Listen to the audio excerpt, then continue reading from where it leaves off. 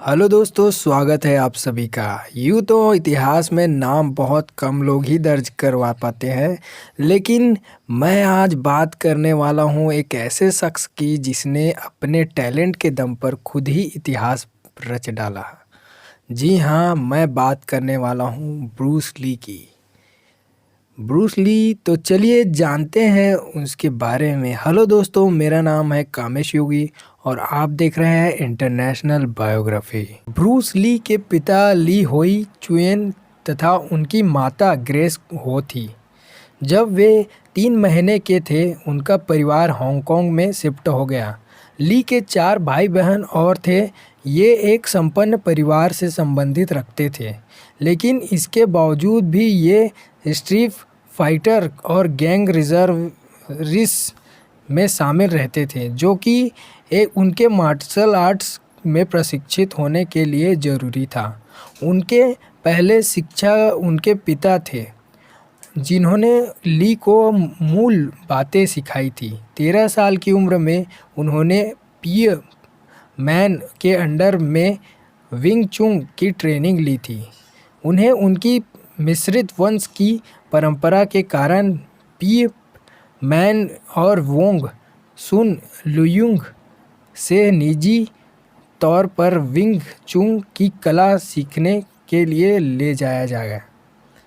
Academic ली ने अपनी प्रारंभिक शिक्षा ला सल्ले कॉलेज से प्राप्त की, लेकिन अच्छे अंक न आने के कारण उन्हें वहां से निकाल कर सेंट फ्रांसिस्को जोसवी कॉलेज में डाल दिया गया। सन 1959 में सैन फ्रांसिस्को में अपने स्थान परिवर्तन करने के लिए उनकी स्ट्रीट फाइटिंग में भागीदारी जारी रही।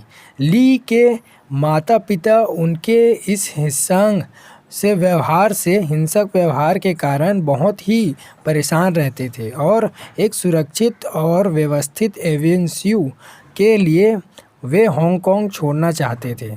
सैन फ्रांसिस्को में कुछ महीने रहने के बाद वे सिएटल चले गए, जहां उन्होंने एडिसन तकनीकी स्कूल में अपनी आगे की शिक्षा पूरी करने के लिए दाखिला लिया था। इस बीच उन्होंने रूबी चाउंस रेस्टोरेंट के लिए लीव इन वेटर के रूप में काम किया। सन 1961 में वॉशिंगटन विश्वविद्यालय में दाखिला लिया, जहां वे ड्रामा के में प्रमुख रहे। ब्रूस ली ने अपने करियर की शुरुआत से पहले एक बच्चे के रूप में मोनोसिलेबिक शब्दों को बोलना सीखा। इनके बाद पिता, जो कि एक कैटोनीज ओपेरा स्टार थे, जो फिल्मों के बैकग्राउंड से जुड़े हुए थे, जहां से उनके करियर की शुरुआत हुई, वे सिर्फ 3 महीने के थे जब उन्होंने अपनी पहली फिल्म गोल्डन गेट गर्ल्स की तमाशे की दुनिया में अपनी शुरुआत करने के बाद जीवन की प्रारंभिक वर्ष इवेंटफुल रहे। इससे उनके अंदर एक अभिनेता ने जन्म लिया और उनका अभिनय कौशल हर फिल्म के साथ बढ़ता चला गया। उन्होंने उस वक्त लगभग 18 से 20 फिल्में की। सन 1959 से 1964 तक अभिनय करने के बाद उन्होंने अपने अभिनय करियर को छोड़ दिया और मार्शल आर्ट को अपना पेशा बनाया। उन्होंने यह कुंग फू के शिक्षक के रूप में शुरू किया।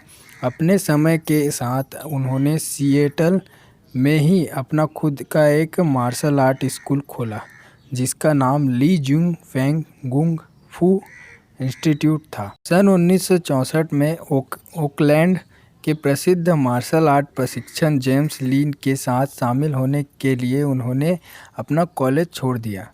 दोनों ने साथ मिलकर उसी शहर में एक और स्कूल खोला, जिसका नाम Jun Fan martial art studio था।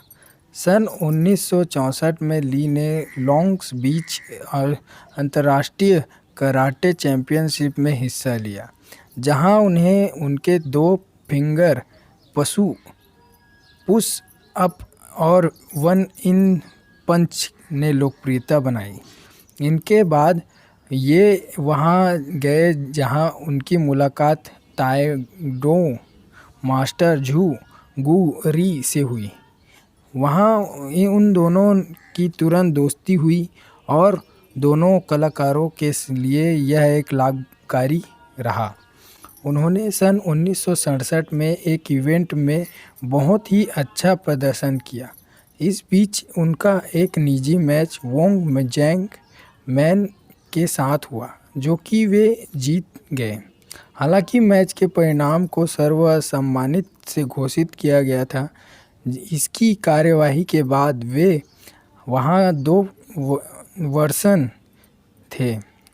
लॉन्ग बीच कराटे चैंपियनशिप में उनके असाधारण प्रदर्शन के चलते उन्हें हॉलीवुड निर्देशकों की सुर्खियों में लाया गया। एक परिपक्व वयस्क के रूप में उनके अभिनय का पहला कार्यकाल टीवी सीरीज दी ग्रीन हॉर्नेट में था। इस शो की शुरुआत सन 1966 में हुई और सन 1967 तक इसका पहला सीरीज चला। सन 1967 से सन 1969 तक उनका बहुत से टीवी सीरीज में मेहमान के रूप में बुलाया गया, जिसमें iron side, here comes the brothers और बोल्डाई जैसे टीवी सीरीज शामिल हैं। अपने अभिनय के बीच वे थोड़ा समय निकाल कर अपने मार्शल आर्ट में ध्यान दिया करते थे। उन्होंने यह महसूस किया कि पारंपरिक मार्शल आर्ट तकनीक में बहुत कठोर थे। उन्होंने एक नई प्रणाली बनाई जिसमें उन्हें व्यावहारिकता, लचीलापन, गति और दक्षता जैसे लक्षण में तैयार होने की ज़रूरत थी। ऐसा तब बहुत जब जीत कुंड डो ने इंटरसेप्टिक फिस्ट का रास्ता तैयार किया। सन 1969 में वे फिल्म मार्लो में बतौर मेहमान के रूप में गए। हालांकि उनमें बायोसेंस और महत्वपूर्ण भूमिका की कमी सन 1971 की गर्मियों में हांगकांग के लिए लॉस एंजलिस छोड़ने से हुई। हांगकांग पहुंचने पर ली ने 2 फिल्में साइन की। सन 1972 में फिल्म वे ऑफ ड्रैगन में एक लड़ाई के सीन में वे एक अभिनेता, लेखक, निर्देशक, स्टार और कोरियोग्राफर सब थे।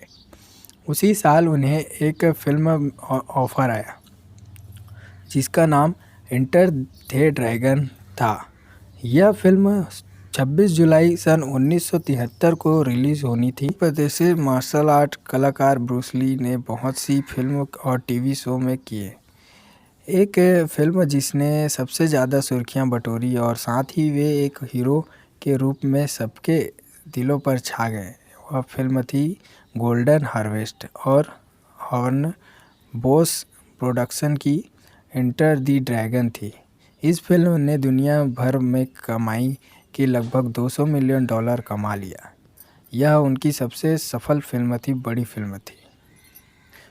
वाशिंगटन विश्वविद्यालय में पढ़ाई के दौरान उनकी मुलाकात लिंडा एमेरी से हुई, जिसके साथ सन 1964 में वे परिणय सूत्र में बंध गए। इनके 2 बच्चे हुए, एक ब्रैंडन ली और दूसरा ससन ली।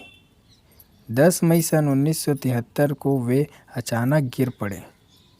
तब वे सिर दर्द और दौरे से गुजरने के बाद भी फिल्म एंटर द ड्रैगन की डबिंग कर रहे थे। तत्काल उन्हें हांगकांग के बैप्टिस्ट हॉस्पिटल में भर्ती कराया गया, जहां उनका सेरेब्रल एडेमा के साथ निदान किया गया था। वे पहली बीमारी से ठीक हो गए थे।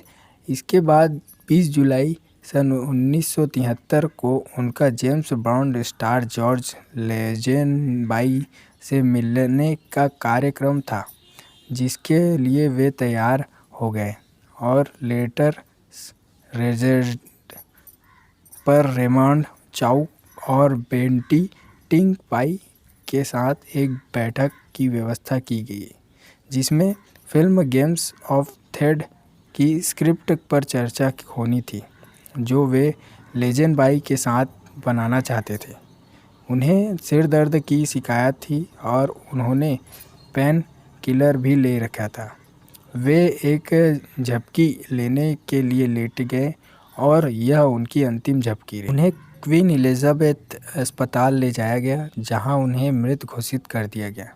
उनके शरीर की जांच की गई, जिसमें यह पता चला कि मैब्रोबेमेट घातक की वजह से एलर्जी रिएक्शन हुआ, जिसके कारण उनकी मौत हो गई। उन्हें सिएटल के लेकव्यू कब्रिस्तान में उनकी पत्नी के साथ होम टाउन में दफना दिया गया।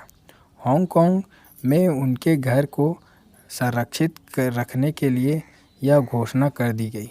परोपकारी व्यक्ति यूपंग ली द्वारा पर्यटक स्थल में बदल दिया गया। मरने के बाद इनका टाइम्स मैगजीन की सूची 20वीं सदी के सबसे प्रभावशाली लोगों में सूचीबद्ध किया गया।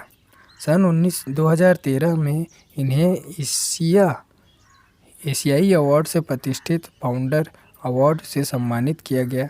उसी साल लॉस एंजलिस के चाइना टाउन में उनकी एक प्रतिष्ठित प्रतिमा अनावरण किया गया।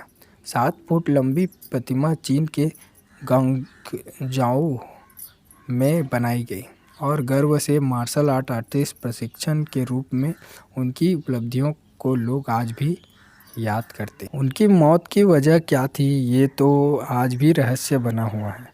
लेकिन आपको क्या लगता है, कमेंट करके ज़रूर बताइएगा। चैनल पे नए हो तो सब्सक्राइब करें। उम्मीद है कि आपको ली से कुछ प्रेरणा मिली होगी। मिलते हैं अगले वीडियो में, अगले जीवन में। आज के लिए धन्यवाद।